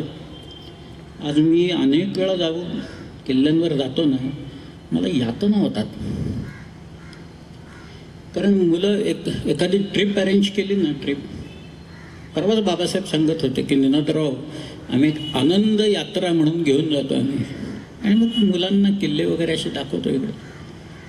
परवा काही मुलं आली होती, तरुण मुलं होती सगळे, आणि ते विचारत होते हा कुठले कुठले काय काय, which forts you are going to visit. आणि काहीतरी सांगितले बाबा आम्ही ते इकडे जाणार तिकडे जाणार वगैरे. AC बस आहे का, बस AC असली तर आम्ही किल्ल्यांवर गेल्या नंतर गाणी तर काय विचारच नको तशी चालतात. एक शेली नावाचा कवी होता, शेले, ब्रिटिश कवी होता. तो म्हणाला होता, you tell me the song on the lips of your youth and I will tell you the future of your nation. आणि काय चाललंय, एक आनंदवन भुवन कुठे, एक माणूस नाचला आनंदवन भुवन निर्माण झालं म्हणून. हिंडता फिरता स्वप्नी जे देखिले रात्री, ते ते तैसेचे होत असे. हिंडता फिरता गेलो आनंदवन भुवन. कुठाय त्या आनंदवनात तसं. महाराष्ट्र हा प्रेरणादायी होता एकेकाळी. महाराष्ट्रानं अनेक संदेश दिले, महाराष्ट्रानं क्रांतीचे संदेश दिले, महाराष्ट्रानं अध्यात्माचे संदेश दिले, पार अगदी कुठपर्यंत जावेत, पंजाबपर्यंत जावेत. नामदेव महाराजांनी ते पंजाबमध्ये गेले, दिल्लीपासनं सगळीकडे नामदेव महाराजांचं नाव आहे. इथं संतांची तर काही म्हणजे मांदियाळीच आहे सगळे, शेकडो आहे. जुन्नरचे इथं नारायणगाव आहे. मी तिथे एकदा व्याख्यानाला गेलो होतो, ते म्हणाले आमच्या मठात या ना, 5 मिनटं आलात तर बरं होईल. इथे एक साधू पुरुष झाले, त्यांनी ग्रंथ रचलाय, तर आम्ही तो छापलाय म्हणाले. म्हटलं चला येतो मी गेलो. एवढा मोठा ज्ञानसागर या नावाचा ग्रंथ, कुठं, नारायणगाव. नारायणगाव म्हणजे आपल्या साबरी शेखांचं गाव. ते राप फडणीस म्हणून विद्यालय आहे, तिथं शिकलंय साबरी शेख. तिथं माझी व्याख्यान ठेवली होती त्यांनी, आणि मी तिथं गेलो त्या नारायणगावमध्ये. तिथं ज्ञानसागर या नावाचा अतिशय उत्कृष्ट असा ग्रंथ तिथं ठेवला. हे सगळीकडं ते महाराष्ट्राभर पसरलेलं. महाराष्ट्रातच नेमकं असं का व्हावं, सगळं एवढी अधोगती का प्राप्त व्हावी आम्हाला. संतांनी इतके सुंदर विचार दिले की आता मराठी लोक म्हणतात मराठी शाळा चालवणं अवघड झालेलं आहे. लोकांना इंग्रजी शाळेत मुलांना प्रवेश घ्या, अवश्य घ्या, उत्तम इंग्रजी आलंच पाहिजे बोलायला सर. आपली भाषा विसरून नव्हे, ते आपली भाषा आलीच पाहिजे. ते काय आणि आमची भाषा कशी आहे, अमृतातेही पैजा जिंकणारी भाषा आहे. ती काही सामान्य भाषा नाही आहे. इथं भारतात पहिला जो इंग्रज आला त्याचं नाव टॉमस स्टेफन. टॉमस स्टेफन गोव्यात होता. त्यांनी बायबलचं मराठी भाषांतर केलं, अनुवाद केलं. त्याला त्यांनी ख्रिस्त पुराण असं नाव दिलं. बरं, फक्त मी मराठीत का करतोय मराठीत, याची कारणं दिली आहेत त्यांनी. ती सुद्धा इंग्रजी पद्धतीने चोरलेलीच आहेत बरं का त्यांनी. त्याचं योग वैशिष्ट्यमधली ज्ञानदेवांची चोरलेली आहेत त्यांनी सगळे. पण ते फार सुंदर आहे. ज्ञानदेवांनी मुळात लिहिलेलं, त्यांनी असं लिहिलं आहे ते सुरुवातीला, जैसी पुष्पा माझी पुष्पमोगरी, की परिमळा माझी कस्तुरी, तैसी भाषा माझी साजरी मराठिया. पखियांमध्ये मयूरू, पक्षात मोर, वृखियांमध्ये कल्पतरू, कल्पवृक्ष, तैसी भाषा माझी मान थोरू मराठी अशी. जैसे हरळा माझी रत्न किळा. गवत असताना त्या गवताचे सुद्धा प्रकार आपल्याकडे लोकांनी लिहिलेले आहेत. त्याच्यात एक रत्नकील या नावाचं गवत आहे, ते सर्वश्रेष्ठ गवत मानलं गेलेलं आहे. हरळा माझी रत्नकिळा, की रत्नान माझी हिरा निळा, तैसी भाषा माझी चोखळा मराठी, असं म्हणून तो मराठीत अनुवाद त्यांनी केला. कुठे ती मराठी? आणि ज्ञानदेवांच्या अमृता तेही पैजा जिंकणारी मराठी कुठं आहे? अधपात हा लोकांच्यामुळे साहित्याचा होतो. भाषेचा भाषेमुळे होत नाही, ती भाषा वापरण्यामुळे, वापरणारे जे लोक असतात त्यांच्यामुळे त्या भाषेचा अधपात होतो. आणि भाषेचा अधपात सुरू झाला की संस्कृतीचा अधपात होतो. बाहेरून आपल्याकडे जी आक्रमक मंडळी आली, या आक्रमकांची नुसती भाषा नाही आली. भाषा म्हणजे केवळ ते शब्दच येत नाहीत, त्या शब्दापाठोपाठ त्यांची संस्कृती इथं येते सगळं. त्यामुळे जी काही इथं वाताहत झाली अनेक वर्ष चालूच आहे त्या. पण म्हणूनच सह्याद्री हा जो मंत्र शिकवतो, म्हणून मी सारखा म्हणतोय की जायला काय पाहिजे, तिथं गेल्यावर ही गाणी ऐकायची. अशी लोकांच्या हातात ट्रान्झिस्टर्स असतात आणि ते मोबाईल फोन आहेत, आता त्याच्यावरही गाणी ऐकायला मिळतात लोकांना. आणि तिथं चर्चा काय, त्या सिरियलमध्ये काय झालं आणि ह्या सिरियलमध्ये काय झालं, ही चर्चा तुम्ही डोंगरावर जाऊन आणि किल्ल्यांवर जाऊन करताय परत. मग कशाला जातो तिकडे? काय कारण आहे? रामाजी पांगेरा असं नाव ऐकलं का म्हटलं तुम्ही? कोण? Who was that Ramaji Pangera? म्हणजे आता म्हटलंय ना, आता रामाची सीताकोणपासून सगळं सांगावं लागणार मला, अशी परिस्थिती. पण ही आपल्याकडच्या मराठी मुलांची दैना अशी आहे सगळ्या केली, बाकीच्यांची तर जाऊच दे सगळ्या. आज प्रतापगडावर लोक येतात, महाबळेश्वरला येणारे सगळं जे क्राऊड आहे ना, तो सगळा तिथे येतो प्रतापगड. आणि मग प्रतापगड असं काय ते कुल्फी आईस्फ्रूट घेत असं शिवाजी किल्ड अफजल खान शहर वगैरे असं म्हणत. मग काहीतरी आपलं बघायचं. तिथं आता ती दुकानं लागलेली आहेत, त्याच्यावरनं टोप्या घ्यायच्या, शंखांच्या माळा घ्यायच्या, ते मिरवत बसायचं. संध्याकाळी महाबळेश्वरला निघून जायचं. तो म्हटलं, परिसर तुम्ही पाहिला आहे का कधी? नाही पाहिलं. शिवाजी महाराजांनी हा किल्ला हेरला आणि बांधला हे माहिती आहे का? म्हटलं ते काय, का बांधला तिथं त्यांनी? शिवाजी महाराजांनी हा किल्ला का बांधला तिथं? आणि शिवाजी महाराज कसे आले मुळात इथं? काय रंजक कहाणी. एखाद्या माणसाचं धैर्य किती असतं ना. सह्याद्रीत हिंडत असताना एक गोष्ट पाहिजे, मनाचा तोल कधी सुटता कामा नये. तो एकदा केला की सह्याद्रीत ढकलून देतो लोकांना खाली. 1000 फूट ढकलतो. आधी खाली मग लगेच वर, नंतर लोक कायमचे निघून जातात सगळे.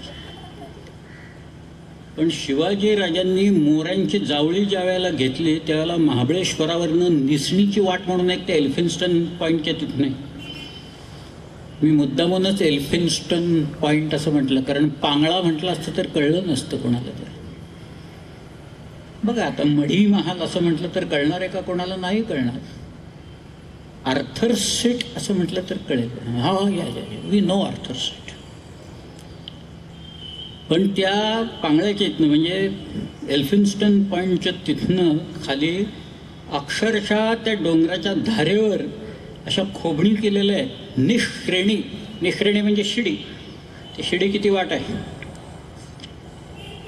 आणि त्या निश्रेणीमधनं म्हणजे एक सैन्य अर्ध मोऱ्यांचं त्यांनी रडतुंडीच्या घाटात काढून दिलं आणि स्वतः शिवाजी महाराज त्या निसणीनं जिथं खाली पाहिलं की डोळे गरगरायला लागतात, पाय कापायला लागतात, अशा वाटेवरनं 2000 लोक घेऊन शिवाजीराजा खाली जावळीवर चालून आले.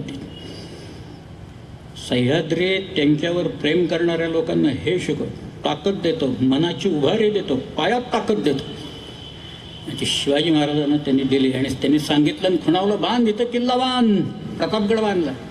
एकदाच उपयोग प्रतापगडचा अफजल खानाला मारायचा, बाकी काही फारसं काही झाल्याचं दिसत नाही मला ते. शिवाजीराजांनी ती आष्ठायुध भवानी तिथं आणून ठेवली. ती आणली पार गंडकमधनं, नेपाळमधनं शिळा आणली ती मंबाजी नाईक पानसरांना पाठवून आणि त्याच्यातनं ती मूर्ती घडवली. आमची दैवत ही सगळी अशीच रांगडी आहेत. तुम्ही कधी दसऱ्याला त्या जेजुरीला गेलाय का? तर सगळा भंडारा तिथं रात्रभर त्या कराय पठारावरनं ती पालखी येते. त्या पालखीचा खांद्यावर नुसती धरली ना, या आधीच 15-20 लोक धरून असतात त्याला. आपण नुसता खांदा दिला तर आपण खाली बसू इतकं ते वजन असतं सगळं, इतकं ते जड आहे सगळं प्रकरण. त्याच्यात ते मांजर सुंब्या की तिथनं ती पालखी वरती चढवायची म्हटलं तर इतका त्रास असतो. म्हणजे सगळे लोक चढवतात ती पालखी. त्या पालखीच्या समोर मुरळ्या असतात आपल्याकडे, तिथं सगळे वाघ्यान मुरळी आहेत. त्या मुरळ्या सोले म्हणत चाललेले असतात, कुठल्या तरी टिपेच्या आवाजाला गात असतात आणि पिवळा भंडारा उधळत असतात. सगळीकडे पिवळं होऊन जातं पार. आणि तिथं तो धनगरांचा तो मल्हारी मार्तंड बसलेला आहे. काय त्याचे सगळं जे आहे ना, सह्याद्री म्हणजे वीररस, दुसरं काहीच नाही. ते वीररस तिथं गेल्याच्या नंतर एकच रस. शृंगाराला इथं थारा नाही, इथं फक्त एकच रस निर्माण होऊ शकतो, तो म्हणजे वीररस निर्माण होऊ शकतो. आणि तो शिकवतो, ते वीररसाची इंजेक्शन देतो तुम्हाला तो. ते त्यामुळे मग लोक जायला लागतात, प्रेरणा घेऊन जायला लागतात. ते तुम्हाला आश्चर्य वाटेल पण एक गंमत सांगतो मी. पुण्याला मराठा लाईट इन्फंट्रीचं एक छोटंसं युनिट आहे. तिथला एक कमांडिंग ऑफिसर होता, त्याचा मला एकदा फोन आला. तो म्हणाला, आमच्याकडे काही मुलं आहेत, त्यांना आम्ही ट्रेनिंग दिले, शस्त्र कशी चालवायची, पार AK-47 AK-56 वगैरे काही ते सगळं ते शिकलेत. पण त्यांना तुम्ही काहीतरी शिवाजी महाराजांच्याबद्दल सांगा, म्हणजे कारण त्यांनी कुणी रक्तच पाहिलेलं नाही म्हणले असतं. त्यातले एकानं एकही माणूस मारला नाही म्हणाले. तिथं जायचं तर समोर माणसं उभी राहिले तर यांचे हात कापायला लागतील अशी परिस्थिती. तुम्ही काहीतरी सांगा तिथं जाऊ. मग मी गेलो, मी खरं पाहिले 19, 20, 22 वर्षाची पोरं सगळी बसले. त्या मुलांना मी म्हटलं, अरे बाबा, तुम्ही ते ज्या काही बॅटल क्राईज असतात ना, तुम्ही मराठा लाईट इन्फंट्रीचे लोक आहेत, तर आपल्याकडे असे रेजिमेंट्स खूप आहेत. बिहार रेजिमेंट आहे, राजपुताना रायफल्स आहे, कुमाव रेजिमेंट आहे, गोरखा रेजिमेंट आहे, मद्राससुद्धा आहे. म्हटलं यांची जे बॅटल क्राईज आहेत, बॅटल क्राईज म्हणजे युद्ध गर्जना आहेत, की त्या गर्जना दिल्याच्या नंतर तुमचं मन तुमच्या मनगटाला त्या हातातलं शस्त्र शत्रूवर चालण्याची शक्ती प्रेरणा देत. अशासाठी त्या असतात. रणवाद्य असतात वाजायला लागणारे. आमची वाद्य अशीच आहे, ढोल विल मर्फे ताशे संबळ. तो एकदा गोंधळी तर देवीच्या समोर संबळ घेऊन उभा राहिला आणि संबळ वाजवायला लागला की बघा कसं वाजत, काय वातावरण निर्माण होऊन जातं. म्हटलं ह्या ज्या युद्धगर्जना आहेत त्याच्यात कुणाची जय आंबे असेल, कुणाची जो बोले सो निहाल सत श्री अकाल, कुणाची एकलिंगजी की जय म्हणून आहे. बिहार रेजिमेंटची तर बजरंगबली की जय अशी त्याची घोषणा. या सगळ्या युद्धगर्जना कुठल्या तरी देवाच्या किंवा देवीच्या नावाने दिलेल्या घोषणा आहे. फक्त मराठा लाईट इन्फंट्रीची घोषणा आहे की बोल श्री छत्रपती शिवाजी महाराज की जय, अशी एका मनुष्यपण. म्हटलं तुम्ही आम्ही त्यांचे वारस आहोत, तुम्ही आता LOCवर चाललाय. शिवाजी महाराजांचा हात त्या अफजल खानाला मारताना यत्किंचितही थरथरला नाही, मुळेच थरथरला नाही. एवढा मोठा आवाड हव्य देह त्यांच्या समोर असताना हा माणूस घाबरला नाही. ते शिवाजीराजांनी अफजल खान मारला तिथं, स्वहस्ते मारला.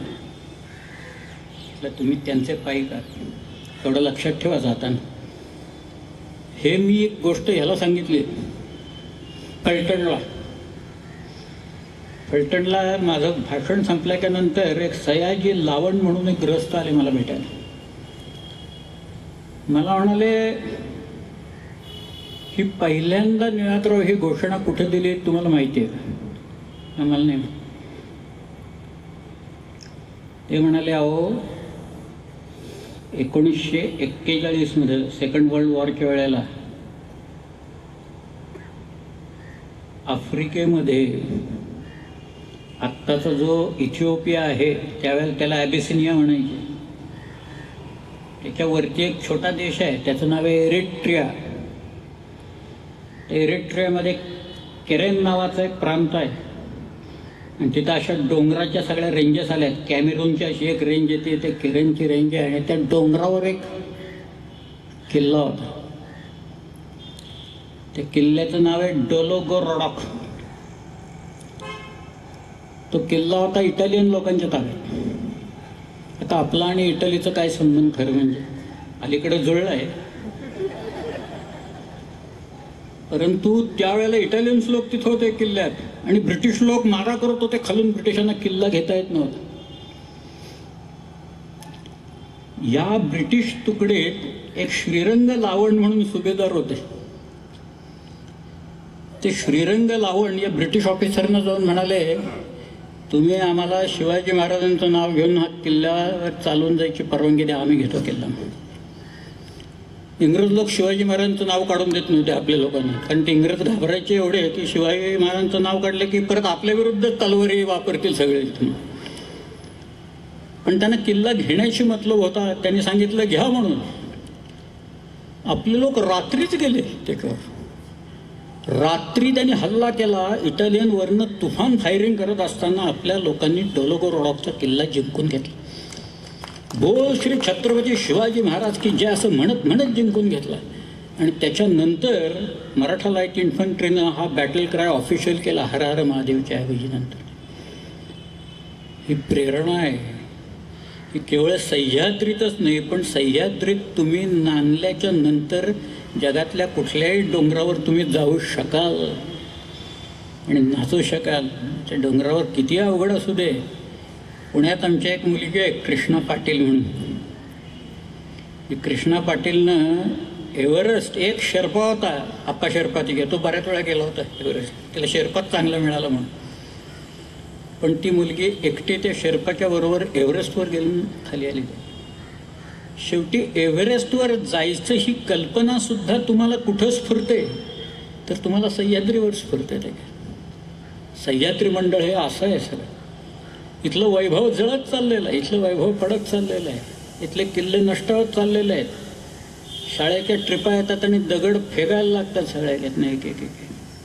शिवाजी महाराजांच्या ती जे रायगडावरची जी मेघडंबरी आहे ना, मेघडंबरीला माळा लावलेल्या होत्या पूर्वी.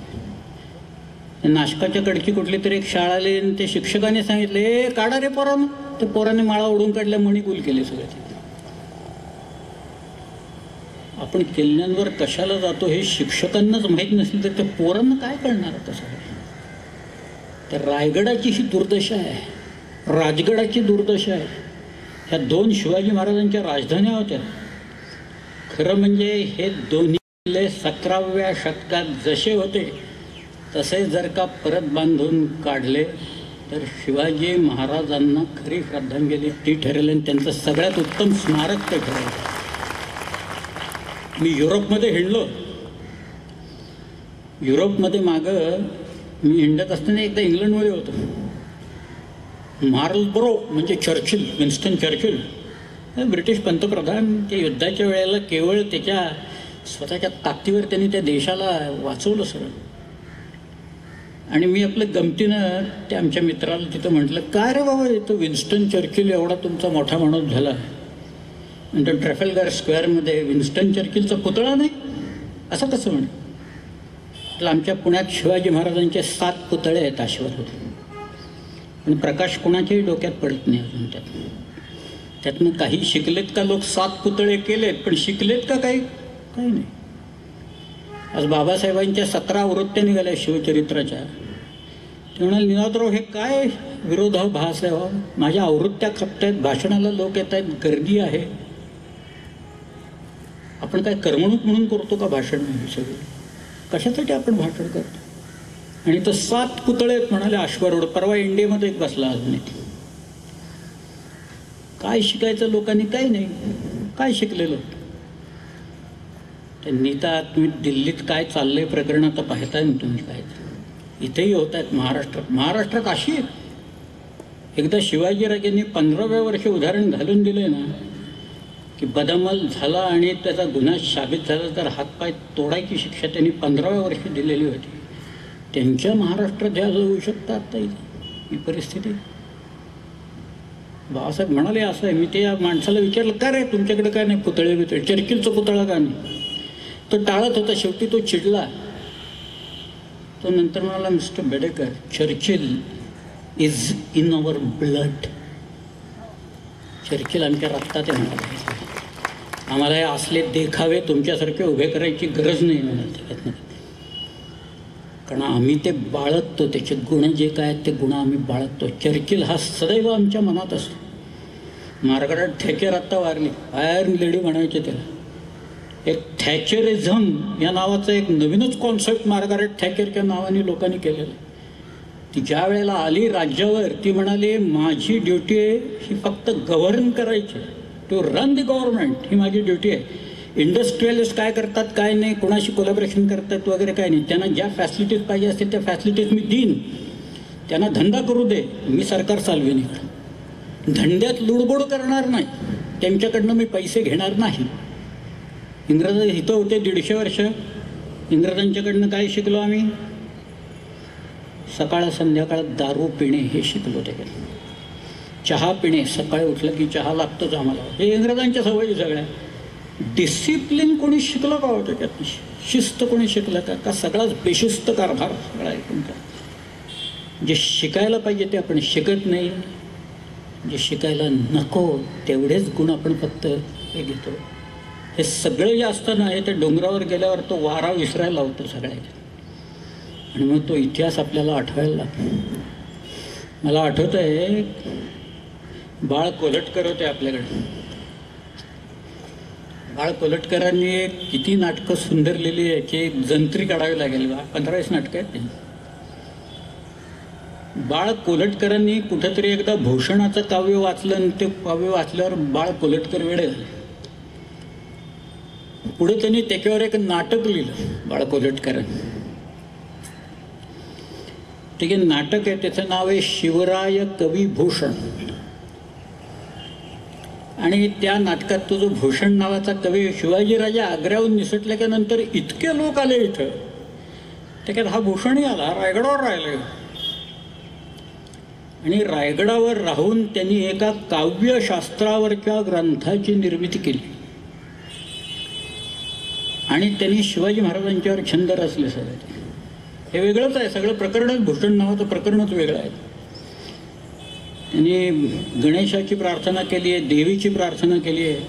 शिवाजीराजांना विजय दे विजय दे असं कायम म्हणतोय तो. जय जयंती, जय आदिशक्ती, जय काली कपर्दिनी, जय मधुकैठव छलनी देवी, जय महिष विमर्दिनी, जय चमुंड, जय चंडमुंड भंडासुर खंडिनी, जय सुरक्त, जय रक्त बीज पिट्टाल बिहंडिनी, जय जय निसुंग सुंभद्दल निभनी भूषण, जय जय भननी सरजा समत्त शिवराज कहे, देहि विजय दे जगजननी, देहि विजय दे जगजननी, देहि विजय दे जगजननी.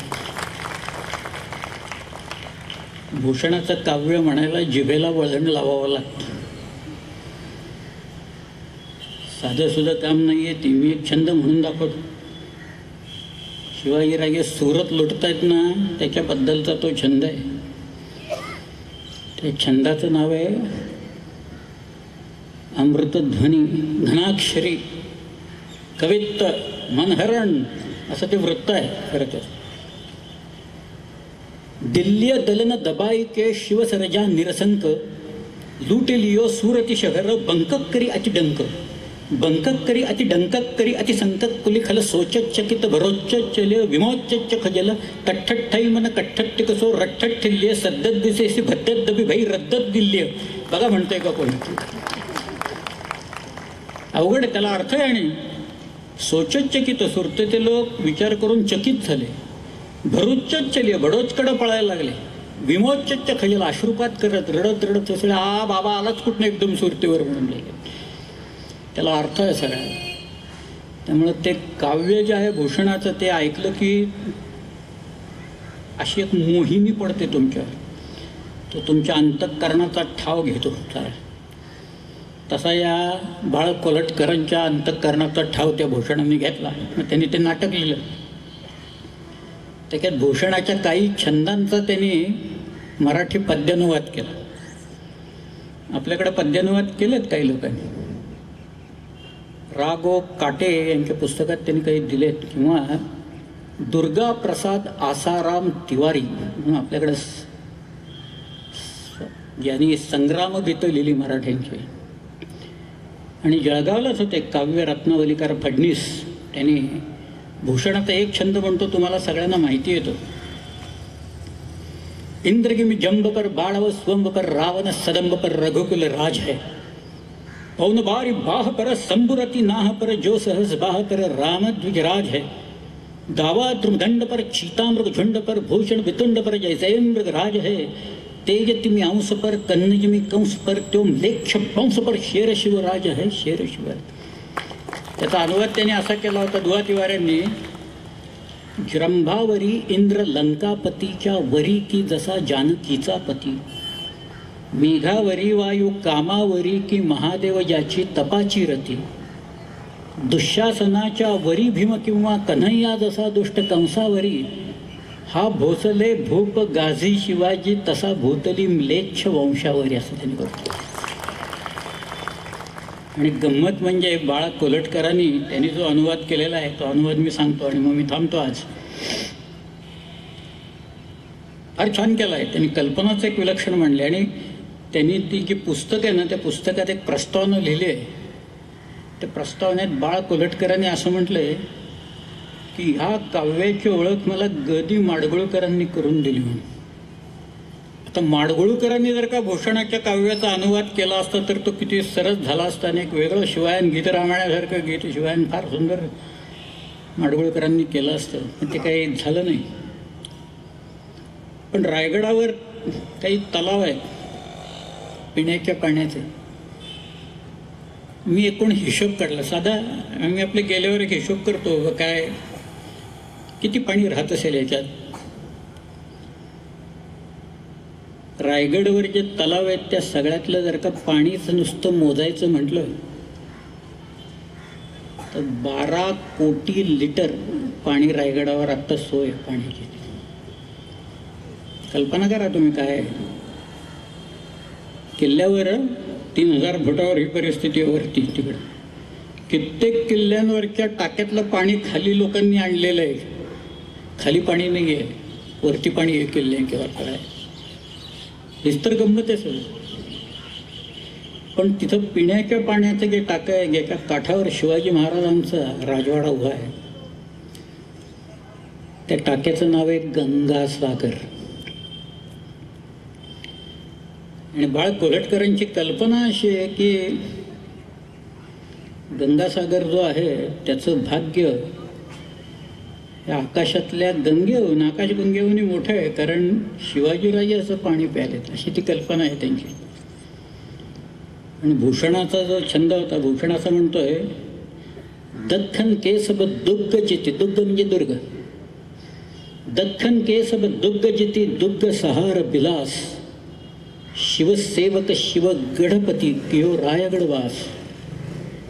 रायगडला त्याने आपलं निवासस्थान केलं. ज्या परस आहे तनय शिवराज सुरेश के ऐसे सभासुभ साजे.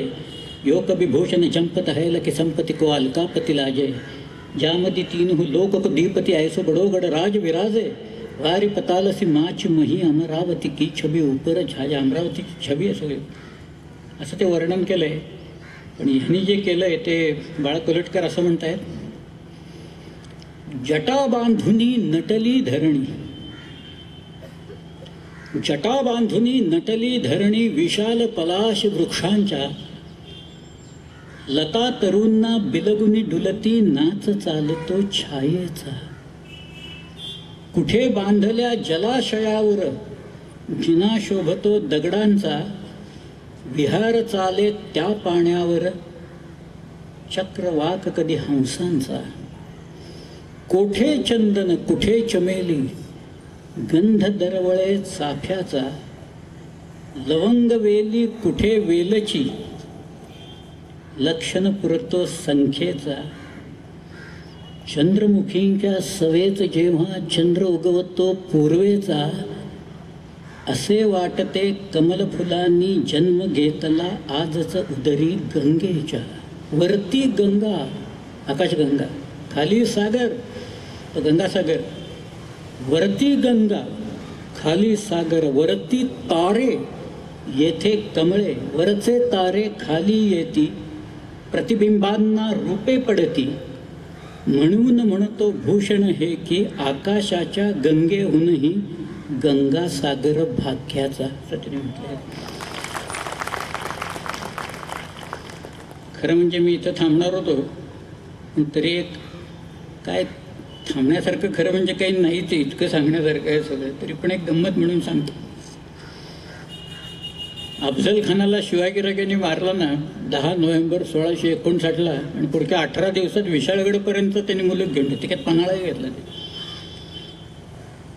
महाराजांना ज्या वेळेला पहिल्यांदा शिवाजी महाराज पन्हाळ्यावर आले, त्यांना कळलं पन्हाळा घेतला. म्हटल्यावर शिवाजीराजांना राहावे ना. पन्हाळ्यावर संध्याकाळची वेळ होती. लोकांनी सांगितलं महाराज आत्ताच तुम्ही आलाय, आराम करा जरा. चांगलं गेस्ट हाऊस आहे आपलं, सर्किट हाऊस आहे इथं, व्यवस्था करतो. शिवाजीराजे म्हणाले नाही नाही, हे शिलाहार भोजांची राजधानी, इथं दुसऱ्या भोजांनी बांधलेला हा किल्ला आहे आणि मला हा किल्ला बघायचा आहे, आत्ताच बघायचा आहे. तिथल्या इमारती कशा, तिथली पाण्याची टाकी कशी, ते तलाव कसे, ती देवालयं कशी, ते धान्य साठवण्याच्या कोठ्या कशा, सगळं मला बघायचं आहे. म्हणून लोकांनी पलिते पेटवले, हिलाल पेटवले, हिलाल मशाली पेटवल्या आणि त्या मशालींच्या उजेडात शिवाजीराजे रात्रभर तो पन्हाळा किल्ला बघत राहिले. किल्ल्यांच्यावर इतकं प्रेम करणारा माणूस काही दुसरा झाला नाही. सह्याद्रीत नाही हिंडणार, रात्रभर किल्ला, झोप नाही, काही नाही, काही नाही. ते मला किल्ला बघायचा आहे म्हणाले. पहिला पर्णाला पर्वत कसा आहे तो बघायचा. आणि मग शिवाजीराजांनी तिथं जे सोमालय नावाचं राजा दुसरा भोज शिलाहार यांनी बांधलेला जो तलाव आहे, त्याच्या काठावर जी चाफ्याची झाडं आहेत, त्यातल्या 1,00,000 चाफ्याच्या फुलांचा अभिषेक त्यांनी तिथल्या सोमेश्वराला शिवाजी महाराजांनी केला. तुम्हाला अशासाठी सांगतोय की भूषणाचा एक छंद आहे. मला ते काय भूषणच पाठ आहे अख्खं. काय काय संधी मिळते त्याच्यात. रामदेव बाबांना मी सांगितल्यावर बाबा इतके खुश झाले, त्याचं सारखे बोलत आहेत मला तिकडे या तुम्ही. मी एकदा आग्र्याला शिवाजी महाराजांचा पुतळा बसवला ना अश्वारूढ, विलासराव होते त्यावेळेला, विलासराव आले होते. विलासराव आपले त्यावेळेला मुख्यमंत्री होते आणि फार सुंदर पुतळा होता. बाबासाहेबांच्या त्या नाटकाचा प्रयोग झाला आणि त्याच्यानंतर ते सगळे अरेंज करणारे एक स्वरूपचंद गोयल म्हणून होते, त्यांना बाबूजी म्हणायचे. ते बाबूजी माझ्याकडे आले, मला म्हणाले बेडेकर साहब हम आपको विनती करते. काय? ते म्हणाले उद्या आम्ही आग्र्याच्या किल्ल्यात, एक जिथं शिवाजी महाराज आणि औरंगजेबाची भेट झाली त्या किल्ल्यात वीररसावरच्या कवींचं एक संमेलन ठेवलेलं आहे. तर तुम्ही तिथं येऊन भूषणाचे एक 5-6 छंद म्हणाल का? अवश्य म्हणेन, त्याला काय झालं, येतो म्हटलं. दुसऱ्या दिवशी तो कार्यक्रम ठरला. दिवाणी आममध्ये मोठं का मोठा तो दिवाणी आम, समोर 5-10 हजार लोक आणि ओपनिंग बॅट्समन मीच. मलाच पुढं ढोकं त्यांनी, तुम्हीच जाऊन सुरुवात करा म्हटलं. मग मी 4 वेळे म्हटलं या भूषणाच्या नाही आहेत, पण मी म्हणतो माझ्या मित्रांनी लिहिलेले आहेत, फार सुंदर आहे. त्या म्हटल्या, मग म्हटलं भूषणाचं काव्य मी म्हणतो. त्यावेळी अशा आहेत, आज से तू हिमाचल प्यार का बंधन खून से जोड़ा जाता है, इस देवभूमि में दानवता का खून निचोड़ा जाता है, इन खेतों में फसल शत्रु के खून से बोई जाती है, और ये तलवार भवानी है वो दुश्मन के खून से धोई जाती है. त्यामुळे आधी जरा इकडे तिकडे काहीतरी करणारे लोक जरा सावरून बसले बरं का, इकडे काहीतरी वेगळं सांगतात. मी ते भूषणाचे छंद तिथं म्हटले, असा छंद म्हटले, आणि मग मी परत आलो. माझ्या शेजारी त्यावेळेचे उत्तर प्रदेशचे राज्यपाल डॉक्टर विष्णुकांत शास्त्री म्हणून ते होते बसलेले. मला त्यांनी विचारलं, आप कहाँ से आए? मतलब मैं पूना से आया. बोले महाराष्ट्र से? मतलब जी हाँ. बोले यकीन नहीं होता कोई महाराष्ट्र से यहाँ आए और भूषण जी के छंद हमें ही सुनवाए. म्हटलं आप करो यकीन. त्याच्यात तुम्ही एक छंद म्हटला तर त्याचा अर्थ काय आहे, तर ती भाषा ब्रज आहे. मी जिथं होतो ती सगळी ब्रजभूमीच आहे, श्रीकृष्णाची सगळी भूमी, श्रीकृष्णाची भाषा. त्यामुळे त्या ब्रजभूमीत त्याच लोकांना मला अर्थ समजावून सांगावा लागला बरं का त्याची छंदांचा. पण त्यातला जो गंमत, त्यातला चाफ्याच्या फुलांच्या बद्दलचा एक छंद भूषणाचा असा आहे, फार सुंदर आहे. तो आधी म्हणून दाखवतो मी, मग त्याचा अर्थ सांगतो. कूरम कमल कम ध्वज है, कदम फुल गौर है, गुलाब राना केत की बिराज है, पांढुरी पवार जुही सहत है, चंदावत सरस बुंदेले सो चमेली साजबाज है, भूषण भनत मुझ कुंबड़ गुजर है, बघेले बसंत सब कुसुम समाज है, लेर से ऐतिन को बैठी न सकत है, अली नवरंगजेब चंपा शिवराज है, चंपा शिवराज है. त्याचा अर्थ असा आहे की भूषणानं औरंगजेबाच्या मांडलिक राजांना एकेका फुलांची उपमा दिलेली आहे. तो म्हणतोय कूरम म्हणजे जयपूरचे कछवा जे आहे, मिर्झा राजाचा वंश ना, हे कमळाच्या फुलाप्रमाणे. कूरम कमल, कमध्वज है कदम फुल, कबंध जोधपूरचं हे कदंबाच्या फुलाप्रमाणे. गौड हे गुलाबासारखं आहे, राणा केतकीसारखा आहे, परमार हे पांढरीच्या फुलासारखे आहेत, चंदावतचे राजे जुईच्या फुलासारखे आहेत. अशी त्यांनी सगळ्यांना एक एक उपमा दिली. आणि मग तो म्हणतोय औरंगजेब हा एक अली आहे. अली म्हणजे भुंगा आहे. आणि भुंगा जसा प्रत्येक फुलात जाऊन मध गोळा करतो, तद्वत औरंगजेब या सगळ्यांच्याकडनं कर गोळा करतो. पण बैठी न सकत हे चंपा शिवराज आहे. शिवराय एक चाफ्याचं फुल आहे आणि त्याच्यात मध नसल्या कारणानं औरंगजेब त्यांच्या वाट्याला जात नाही, असं त्याला म्हणायचं झालं. इतकं सुंदर काव्य आहे ते. आज आपण इथंच थांबू आणि उद्या समुद्रावर पर्यटन करायला जाऊ तिकडे. धन्यवाद.